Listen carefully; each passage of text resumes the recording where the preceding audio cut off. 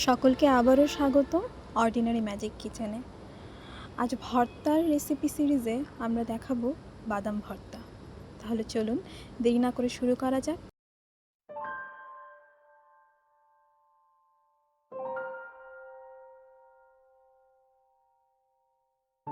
বাদাম ভর্তা করতে আমাদের প্রথমেই লাগবে 1 কাপ পরিমাণ বাদাম, 1 কাপ পরিমাণ পেঁয়াজ, 3-4 কোয়া রসুন আর 1 ইঞ্চি পরিমাণ আদা। প্রথমে কড়াইতে বা ফ্রাইং প্যানে বাদামগুলো লালচে হয়ে যাওয়া পর্যন্ত ভেজে নিতে হবে।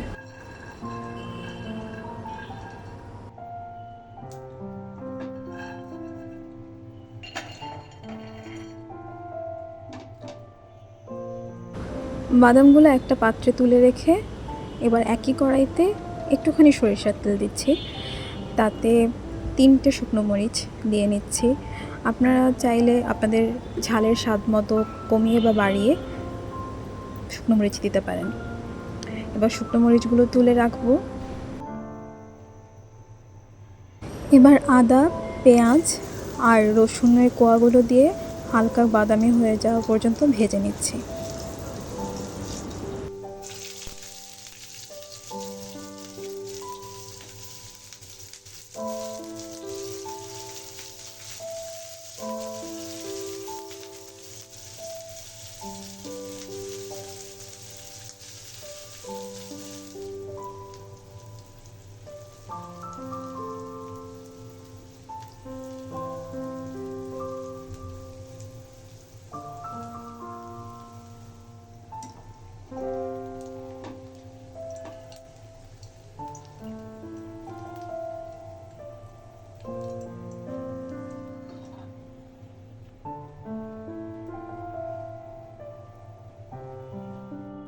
সব উপকরণ ঠান্ডা হয়ে এলে পাটায় লবণ দিয়ে একসাথে সবগুলো উপকরণ বেটে নিচ্ছি।